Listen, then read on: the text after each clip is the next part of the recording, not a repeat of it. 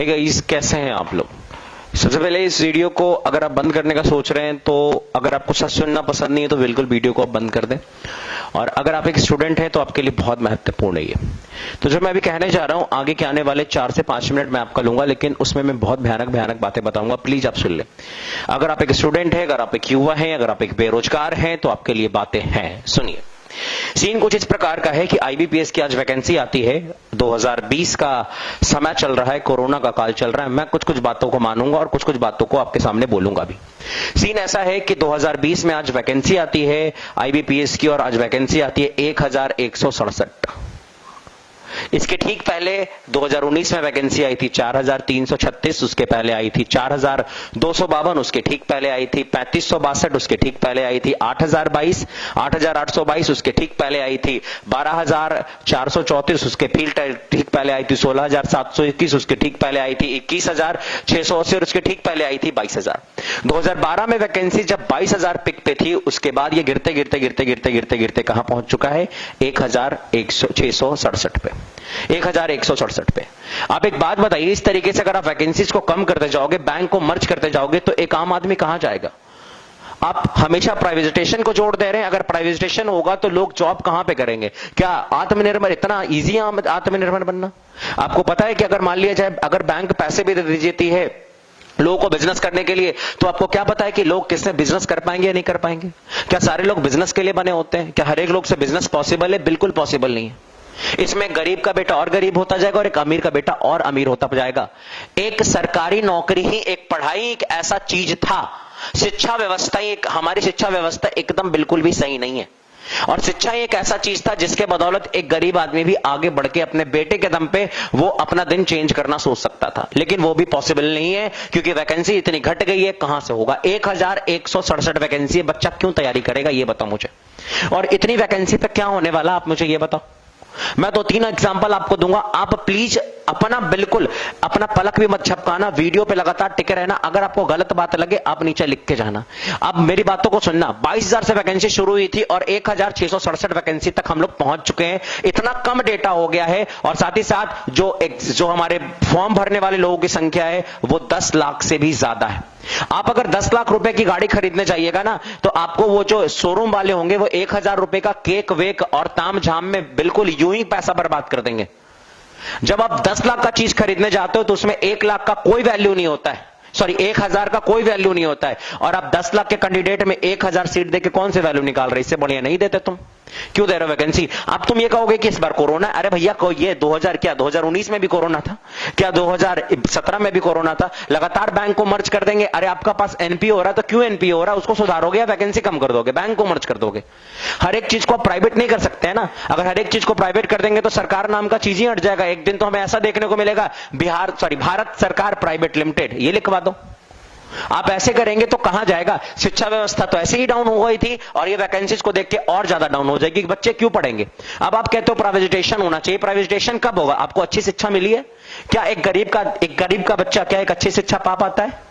कोई गरीब का बच्चा अच्छी शिक्षा कैसे पा पाएगा? भाई वो सरकारी स्कूल में जाता है। और आप लोग सरकारी स्कूल के मास्टर को भी कहां छोड़ते? उससे जनगणना करवाते हैं, कोरोना में करवाते हैं, इलेक्शन में काम करवाते हैं। वो इलेक्शन में काम करने आया, पढ़ाने आया है?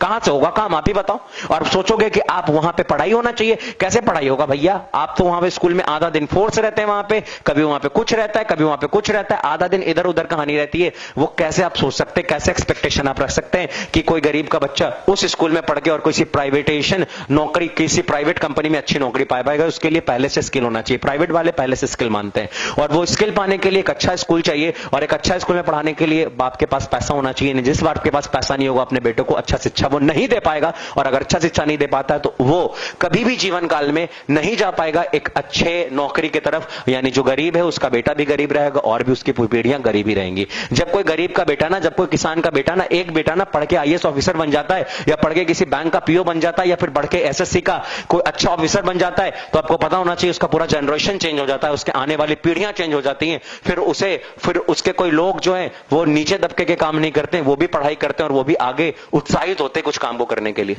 आप खुद सोचिए, अगर वैकेंसी नहीं रहेगी तो बच्चा क्यों पढ़ाई करेगा। और एक बात और, अगर आपको प्राइवेट करना है कोई बात नहीं, प्राइवेट करना बहुत अच्छी बात है, लेकिन आपकी शिक्षा नीति पहले से प्राइवेट लाइक नहीं है। हमारी शिक्षा व्यवस्था प्राइवेट लाइक नहीं है। बच्चों को उस तरीके से ट्रेंड करिए। आप भाई प्राइवेट पहले कर रहे हो और बाद में शिक्षा व्यवस्था ला रहे हो, फायदा क्या? पहले शिक्षा व्यवस्था लाइए, उसके बाद आप प्राइवेट करिएगा। आगे आइए, आगे देखिए। आपको पता होना चाहिए जनरल और ओबीसी वाले को 850 रुपए लगेंगे और 175 रुपया देना पड़ेगा एससी एसटी वालों को। आपको पता है कि कम से कम 10 लाख लोग इस फॉर्म को भरेंगे और 10 लाख से ज्यादा। मैं एक आमूमन बता रहा हूं, पिछले साल 20 लाख लोगों ने फॉर्म भरा था, इस लाख मान लेते हैं कि 10 लाख लोग फॉर्म भरते हैं, तो अगर 10 लाख लोग फॉर्म भरते हैं तो आपको पता होना चाहिए कि सरकार के पास 85 करोड़ रुपया जाएगा। और इस 85 करोड़ में से मान लेते हैं कि 10 करोड़ एग्जाम लेने और ट्रेनिंग कराने में खर्च कर देगा, तो उसके बाकी का 75 करोड़ का हिसाब कहां पे गया? आप मुझे जल्दी से बताइए, 75 करोड़ जाएंगे कहां पे? ये 75 करोड़ क्या होगा? आप कहोगे सर्विस होगा, उसको सैलरी मिलेगा, तो जो सर्विस करेगा वो क्या सर्विस नहीं करेगा? वो सरकार को सर्विस नहीं देगा। अगर आप एक स्टूडेंट हैं तो इस वीडियो को ज्यादा से ज्यादा शेयर करिए, सारे बच्चों तक पहुंचाइए, ताकि आपको पता चलना चाहिए, ताकि सबको पता चलना चाहिए कि कुछ होने वाला है, कुछ करने वाले हम लोग हैं। और जब तक हम लोग कुछ काम नहीं करेंगे, हम यूं ही हाथ पैर मोड़ के बैठ जाएंगे। मैं ये नहीं कहता हूं, मैं ये बिल्कुल भी नहीं कहता हूं, मैं किसी की भी बिल्कुल भी निंदा नहीं करता हूं, मैं किसी सरकार की निंदा नहीं करता हूं, मैं हर एक सरकार की बहुत रिस्पेक्ट करता हूं। बहुत अच्छा है हम लोग राम मंदिर बना रहे हैं, बहुत अच्छा है हम लोग 370 हटा रहे हैं, बहुत अच्छा है हम लोग पुलवामा अटैक का हमला ले रहे हैं, लेकिन बहुत अच्छा तब होगा जब हमारे देश के युवा कुछ करेंगे, बेरोजगार नहीं घूमेंगे। मेरे भाई, बेरोजगारी बहुत बढ़ रही है, और अगर आपको लग रहा है कि आप बेरोजगार हैं तो इस वीडियो को शेयर करिए। और इस वीडियो को ऊपर नीचे कुछ लिखने वाले लोगों को मैं पहले ये बता दूं कि बेटा, आप लिखने के लिए तो कुछ भी लिख सकते हो, बाबू आप लिखने के लिए तो कुछ भी लिख सकते हो, बच्चा मेरे आप लिखने के लिए तो कुछ भी लिख सकते हो, लेकिन एक बड़ी बात आती है, एक बहुत खूबसूरत आती है कि भाई आप पहले उस स्टूडेंट को देखिए जिसका लास्ट साल था, जो कई सालों से मेहनत कर रहा था, कि अगर वो इस बार कुछ एग्जाम देता है और एग्जाम निकल जाता तो उसके साथ कुछ होगा। एक बार की बात है, मैं क्लास से जब निकला है, मैं maths teacher, my name is Nishant Kumar Shah. मैं एक बार क्लास से निकला, एक बच्चा मेरे कंधे पे आकर रोने लगा, बहुत तेज तेज से रोने लगा। मैंने उसे बहुत देर चुप कराया। काफी देर चुप कराने के बाद मुझे लगा, फरवरी का महीना चल रहा था, मुझे लगा कुछ चक्कर उक्कर होगा दूसरा वाला। लेकिन वो बच्चा बहुत देर के बाद चुप होता और वो कहता है कि सर, पापा ने मेरे को इस बार पटना भेजा था, पापा मेरे किसान है, कि एनटीपीसी आने वाला है, एनटीपीसी में मैं जॉब कर लूंगा पढ़ाई करके, लेकिन सर एनटीपीसी का तो एग्जाम ही नहीं हो रहा है। जब एनटीपीसी का एग्जाम नहीं हो रहा है तो पापा आप कह रहे हैं कि बेटा इससे ज्यादा मेरे पास पैसा नहीं, अब गांव लौट जाओ। वो कहता है क्या कि सर मेरे को पढ़ना था सर, मेरे को यहीं रहना था सर, अगर मैं घर जाऊंगा तो पढ़ाई नहीं हो पाएगी सर, खेत में काम करना पड़ जाएगा सर, कैसे भी एग्जाम हो जाए सर, कैसे भी एग्जाम करा दो, मेरे हाथ में कि मैं एग्जाम करा दूं। मैं रात भर उस दिन नहीं सोया। क्या आपको पता है कि बच्चे कैसे आके रोते हैं? क्या आपको पता है कि बच्चे क्या करते हैं? अगर रियलिटी में अगर आप एक स्टूडेंट हैं तो भैया प्लीज वीडियो को शेयर करिएगा और उन लोगों तक पहुंचने दीजिएगा वीडियो जो ऊपर प्रोफाइल में बैठे हुए हैं, ताकि उनको भी पता चले कि क्या सीन क्रिएट हुआ है। आज के लिए इतना ही। Thank you very much.